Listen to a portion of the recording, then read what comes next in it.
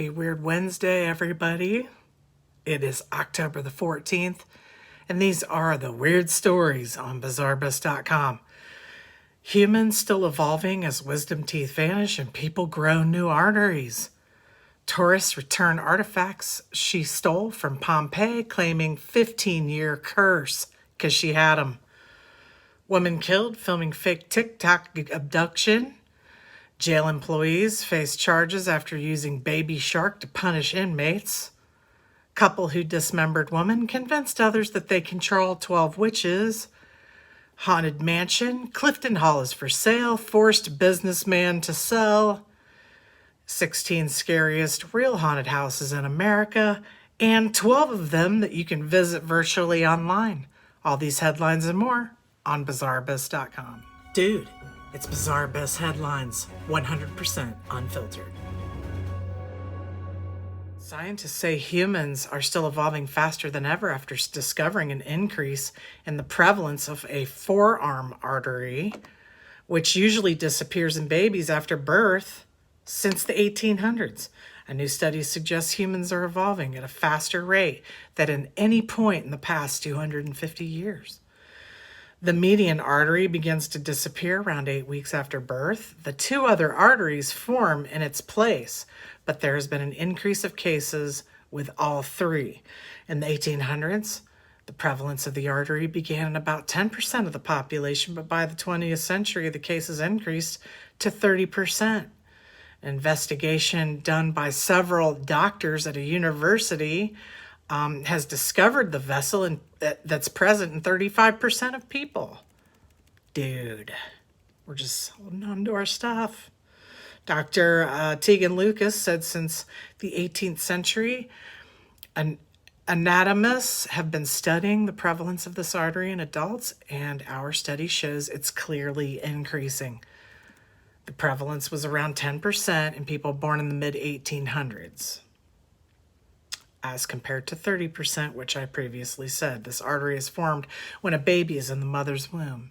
It is the main vessel that supplies blood to the fetus's forearm and hand. However, it disappears when two arteries form instead. In theory, the team believes those born 80 years from now will carry a median artery through evolution.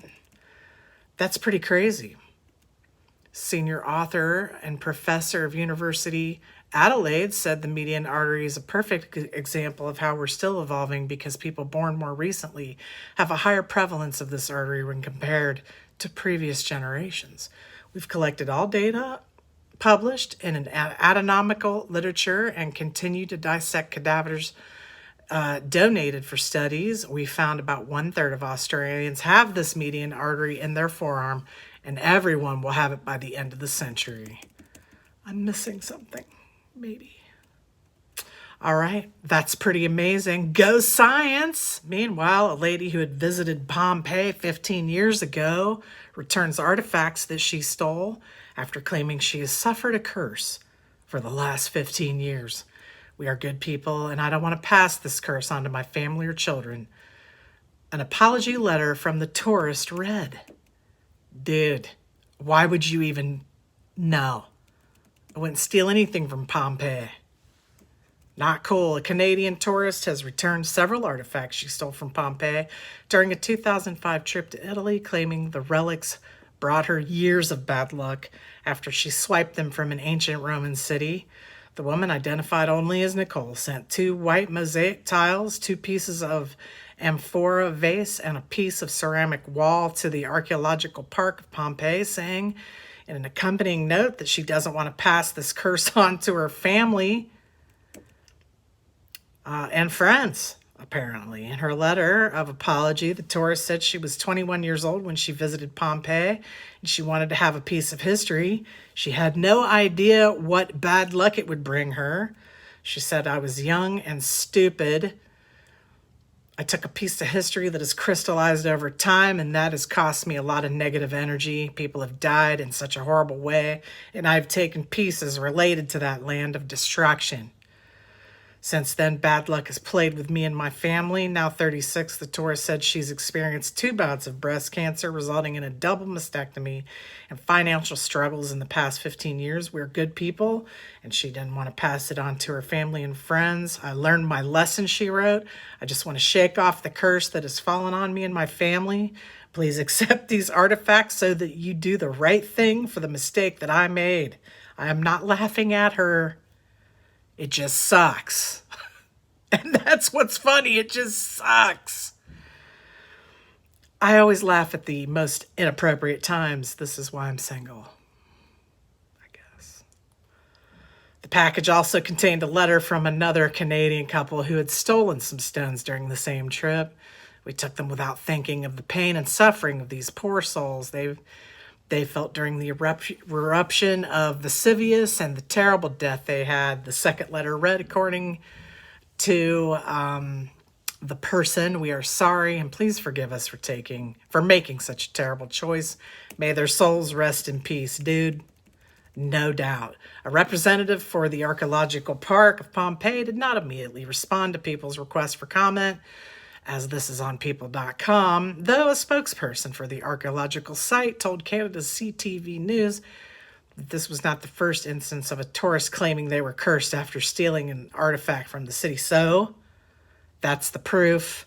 If you go to Pompeii, don't steal anything. You will be cursed.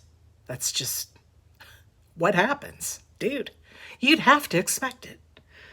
The spokesperson said that around 100 visitors have returned ancient relics they previously stole during a visit, many of which claimed that they have suffered a series of misfortunes after taking the artifacts from its original site.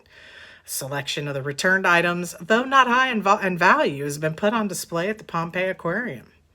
Pompeii and its inhabitants were buried in volcanic ash when the Mount Vesuvius erupted in AD 79. That's AD, after death. 79, okay? The city's remains are now considered a World Heritage Site by the United Nations Educational, Scientific, and Cultural Organization. May that be a lesson to the rest of us who visit Pompeii. Don't take anything. A Mexican woman was killed while filming fake TikTok abduction. 20-year-old Mexican woman was shot and killed in a tragic accident while filming a fake kidnapping for TikTok. Dude. Arlene Martinez, who had previously posted other funny abductions on the social media app, was accidentally shot in the head last week while filming the latest video in the city of Chihuahua, Mexico. News Daily reported. At least 10 people were present when Martinez, bound and tied to a chair, began struggling with her fake captors, and the .45 caliber handgun went off, striking her in the head and killing her instantly. A YouTube video posted online shows Martinez just seconds before her death. She was really pretty. Authorities said 2 men fled in a Jeep Cherokee immediately following the fatal mishap, according to the report, which was originally published by Mexican news conglomerate CIPSE. Police have identified the 2 men, but have yet to track them down. The outlet said it is unclear why a loaded gun was used as a prop, because nobody checked the chamber. During the October 2nd incident, police said Martinez was the mother of a 1-year-old. Never sad, always crazy. Her Instagram page reads, friends and relatives have since set up a Facebook page in her memory. We hope the people who love Arlene will find comfort in visiting her profile to remember and celebrate her life. Well, that is entirely sad and an unnecessary death. The lesson here would be, if you're going to use a prop that's real, check the chamber, y'all. A cult couple who strangled and dismembered a Nebraska woman, 24, after wooing her on Tinder, convinced other dates that they controlled 12 witches who gained powers by killing people. I don't know what the first message would be to your own brain that something's wrong. The cult couple accused of killing and dismembering a Nebraska woman they met on Tinder are said to have convinced other dates they controlled a coven of witches who gained their powers by killing people. Aubrey Trail, 54, was in July last year, convicted of first-degree murder and conspiracy to commit murder over the November 2017 slaying of Sidney Loof. His girlfriend, Bailey Boswell, 26, is now on trial for the murder.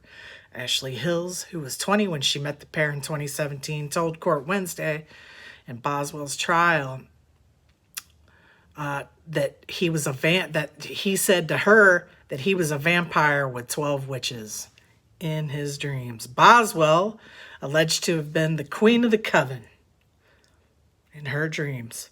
She would solicit young women through social media sites, and she and her boyfriend together picked out a victim. The jury in Trail's trial heard.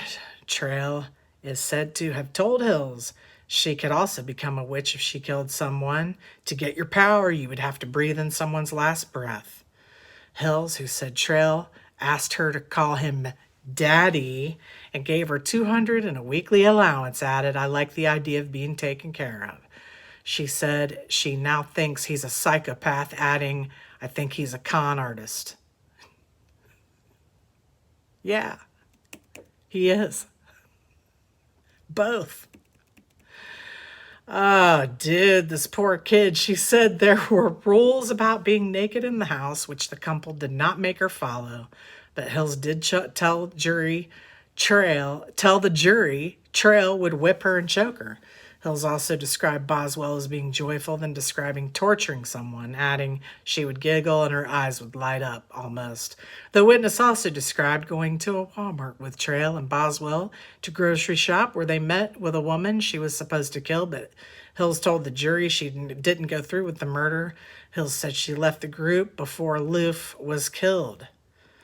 Boswell is said to have arranged a date with Loof, a store clerk in Lincoln, through the internet dating app, a date from which Loof never returned. Trail testified he accidentally choked Loof to death during a sex party that involved Boswell.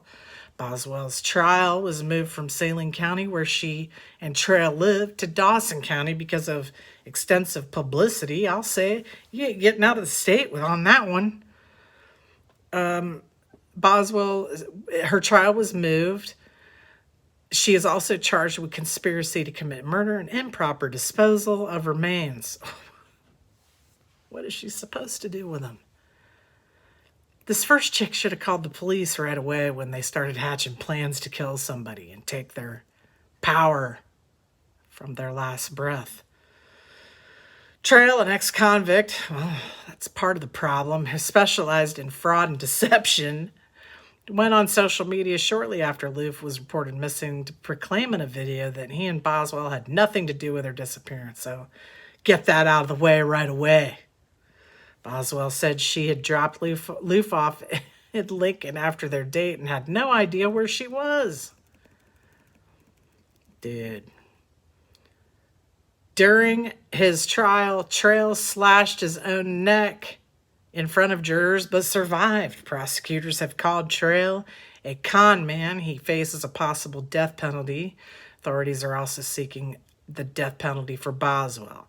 Leaf's body parts were found in 14 places in ditches along a state highway weeks after her disappearance.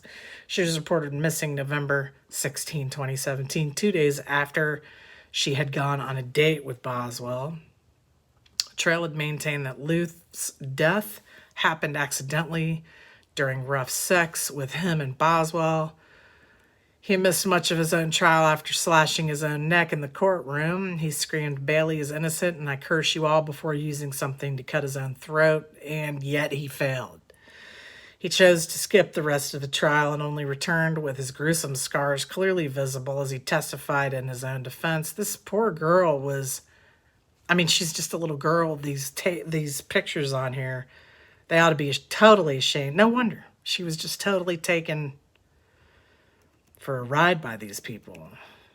She was reported missing by her mother. Then the following day, she failed to show up for a cashier job at a home improvement store. So clearly she was a targeted victim. In any event, I will link those at bizarrebus.com and rest her soul.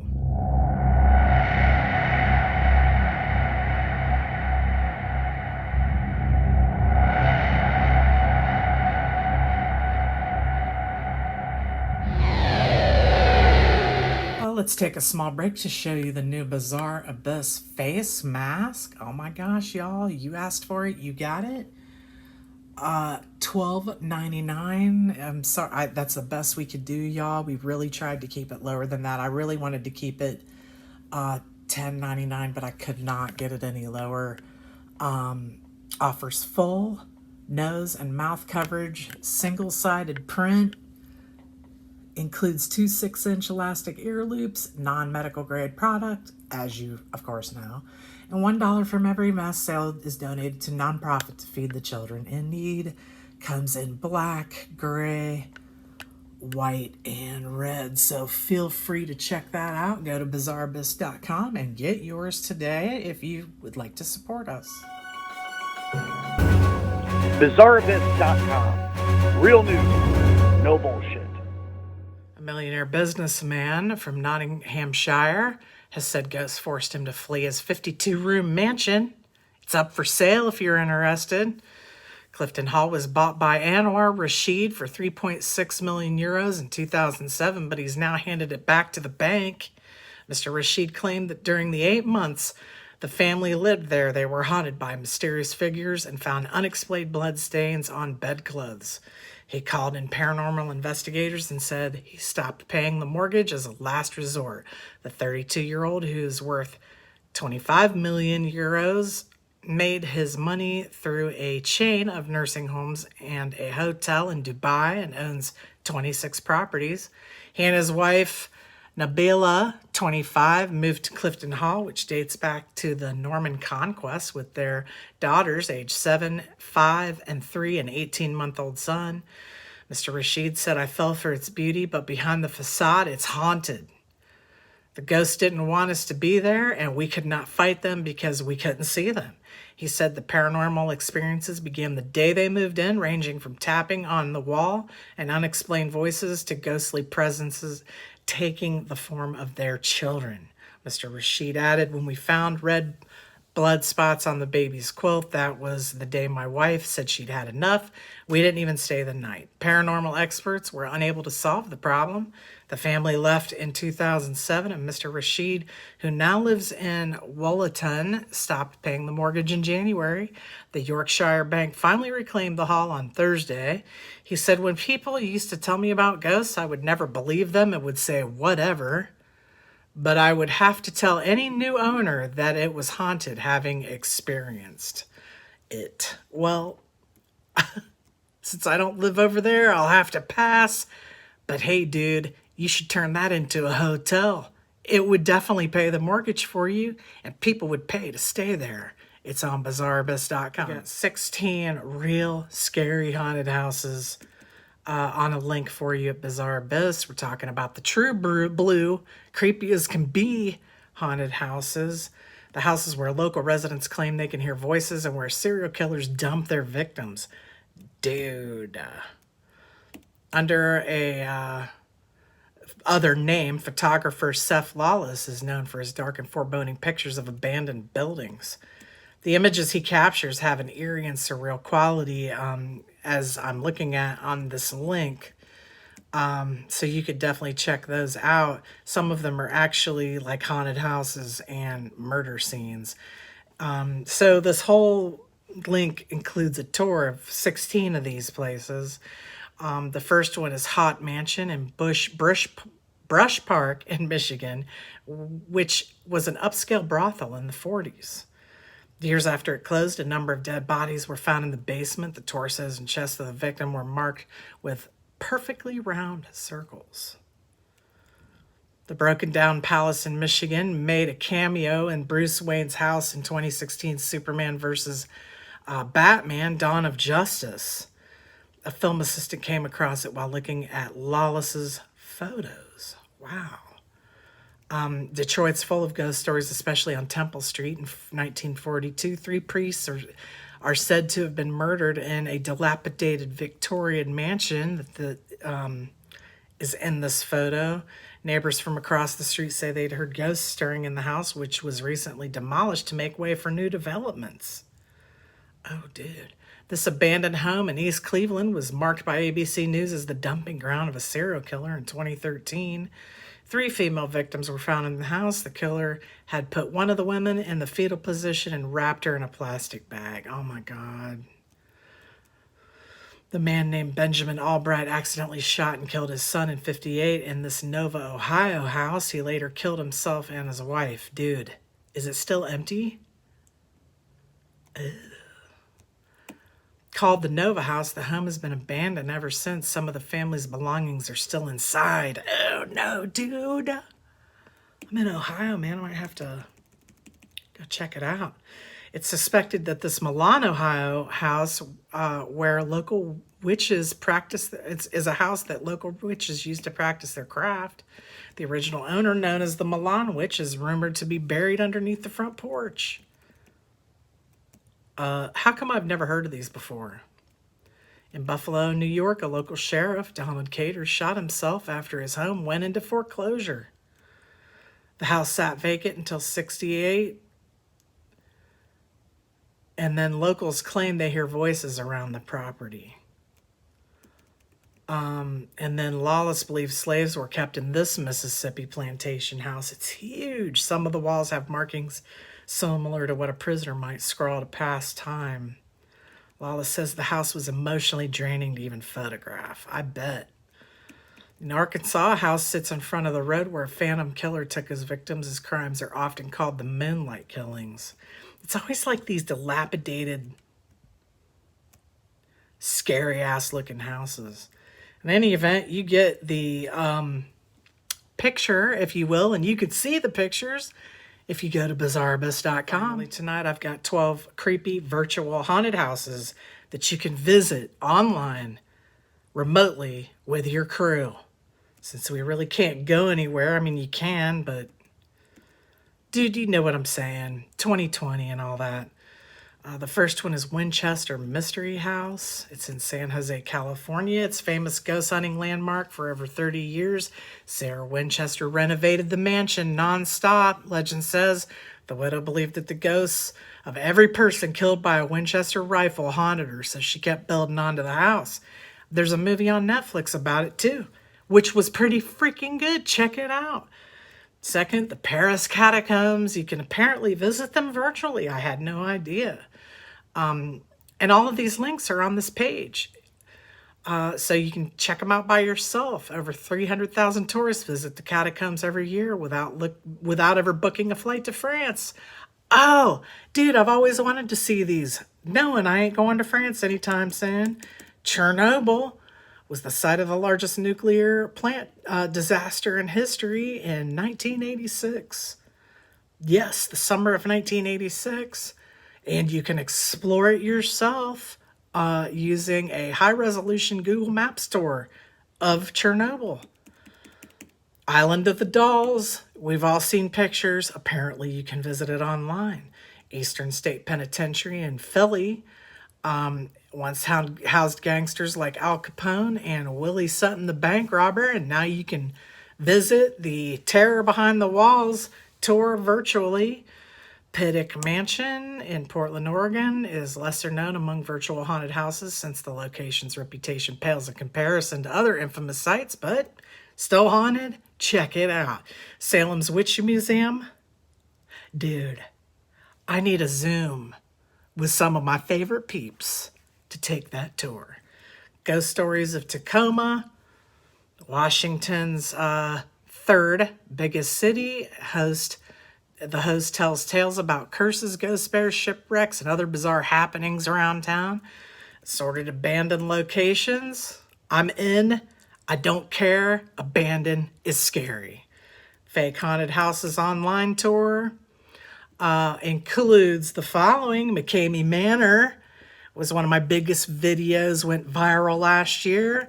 And the entry to this place is not for the faint of heart, but you can take a small virtual tour. If you want to visit in person, you have to sign a 40-page waiver. And they do take donations for an animal shelter as well.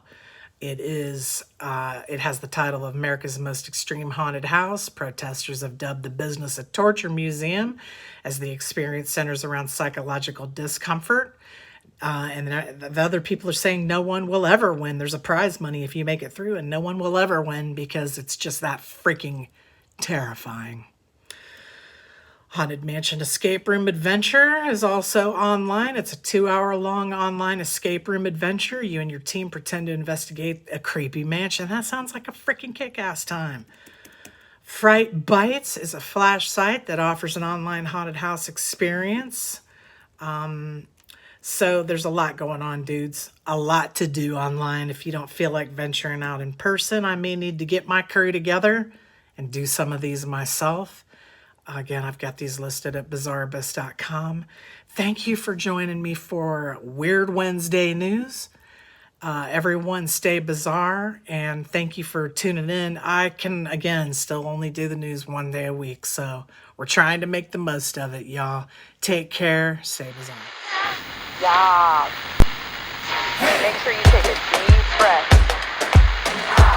Think positive. Just saying. Dude. Penguins given free rein to roam around the aquarium since there's no visitors allowed.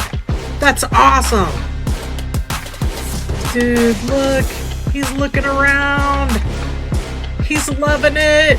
I got a new section on the headlines page at the bottom called Bad Seeds. Matt Gaetz of Florida, 1st Congressional District, mocked the whole process by wearing a gas mask when reviewing the funding. You're a super freaking winner, dude. An Alaska airman has been punished for peeing in the office coffee maker. Dude, why? Like, why? Did you take it in the bathroom with you? Did you stand in the kitchen and whip it out? Clearly, this airman is dedicated to getting kicked the F out. He's trying really hard, y'all.